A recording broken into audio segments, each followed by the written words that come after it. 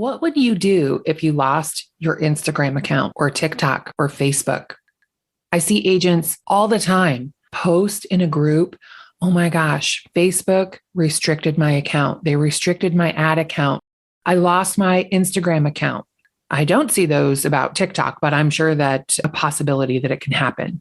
So if you are running your business and relying very heavily on another platform, what are you going to do if for some reason you wake up tomorrow and that platform is not available anymore?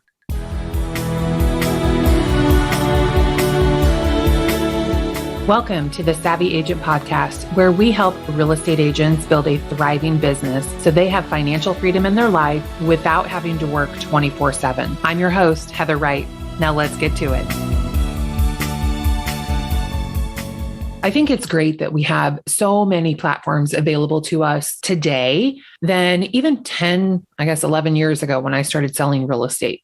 You have your personal Facebook page, you have a business Facebook page, you have Instagram, you might have a business Instagram account, TikTok. Does anybody still do Snapchat? I never got into that one. Then there's Clubhouse and YouTube. There's all of these different places. So that's great. And we know that there are agents who have built their business off of their preferred social media platform. I mean, that's kind of the goal. That's the magic pill. We all want to have such an amazing following on Facebook or Instagram or wherever that business just falls from the sky into our lap. And what if you build that business up and it starts falling into your lap, which I think is actually a misnomer, but let's say that it does.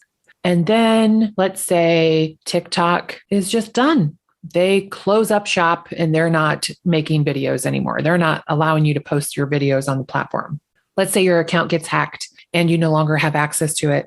Let's say Facebook decides they don't like the words that you used in your post and they censor you and you can no longer post. Gino Montalvo is an agent in Texas who I'm not sure that he has this problem currently, but for a while and a long while, it was like a year or two. Every time he turned around, his personal Facebook account was shut down and he had to use his business Facebook account. And I believe that there were problems there too. When you build your business on someone else's platform, you have to be prepared with a backup plan in the event that something happens and you can no longer use that platform anymore. I do think it's wise to have your own platform. So build your database. You will commonly see that called build your list, in trainings on the internet. So how are you going to build your list or build your database? Well, first, you need a place to contain contact information, because if you can't reach people on your no longer existing Instagram account, you probably wish that you had their email address. So where can you keep your list of contact information, whether that is on, some people use their email contacts. I use Follow Up Boss, a CRM that I pay for. You could use a Trello board. There's so many different options that vary on cost, whether from free to paid, but it's time to get organized. You are a business owner. Let's get organized. And then now that you have their contact information, well, what would happen if you used that in tandem with your social media account? So let's say you have an amazing following on Instagram. What would happen if you sent an email out once a month to your list, your database, and you shared your best performing Instagram content? What if you just shared an update on how the market's going?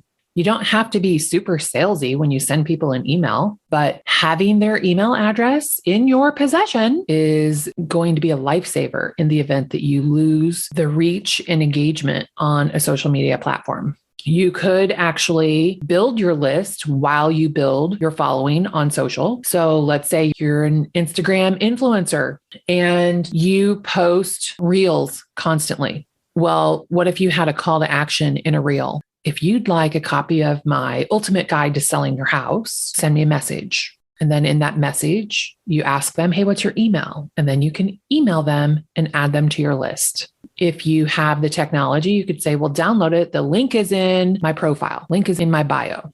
You could do similar on TikTok. So then every 1 out of 5 posts, for example, 20% of the posts that you put up will have a call to action to help you build your list. Social media is a great way to get business, but what if it goes away? So then you could further those conversations with people. For example, if they message you to get your guide on how to sell their house, well, maybe they want an automated home value report.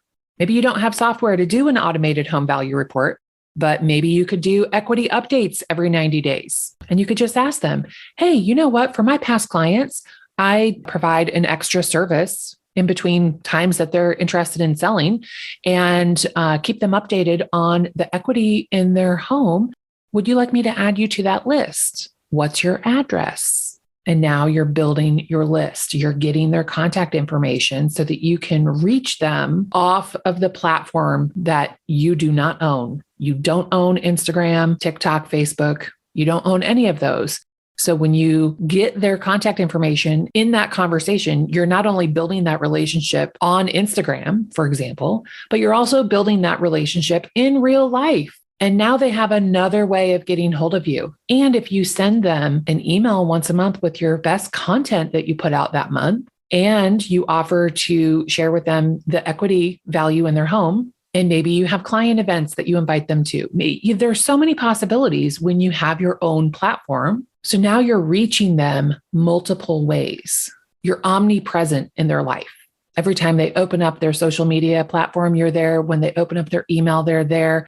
Maybe they see you around town. Maybe they see a billboard, or I don't know what. I don't really care for billboards or bus benches, but maybe you do. And maybe they see that. Maybe they see you at your client events, or maybe they see your signs around town. So now all of a sudden you're everywhere, not just on Instagram. I think it's great that people have the opportunity to build their business in so many different and unique ways. And we should do that. We should take advantage of those opportunities. But that does not excuse the need for the basics. Like, we still have to have an organized database. We should still be able to contact people outside of a social media platform.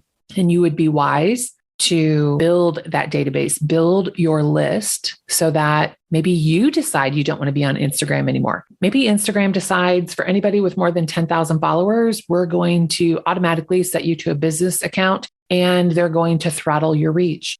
You never know what these companies are going to do. And that has happened time and time again on Facebook, where business pages, their reach is constantly throttled.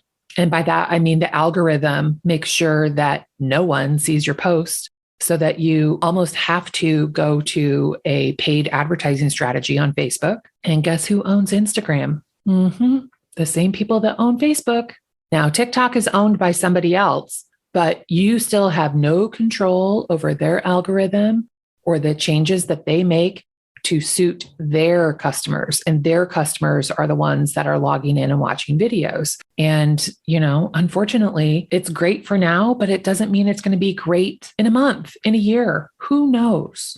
So as a savvy agent, as a savvy business owner, you should make a plan on how to build your list in tandem with growing your social media accounts, with growing your social media influence, because those basic foundational activities are going to be what grows your business in the future. Oh, and interesting news, in the near future, I don't know the exact date, but in the near future, we're going to open the doors publicly to Savvy Agent Club. So if you are not currently a member of our monthly membership for real estate agents, you can get on our wait list at savvyagent.co/club, and we'll notify you immediately via email and maybe the podcast of when the doors are open. Have a great week.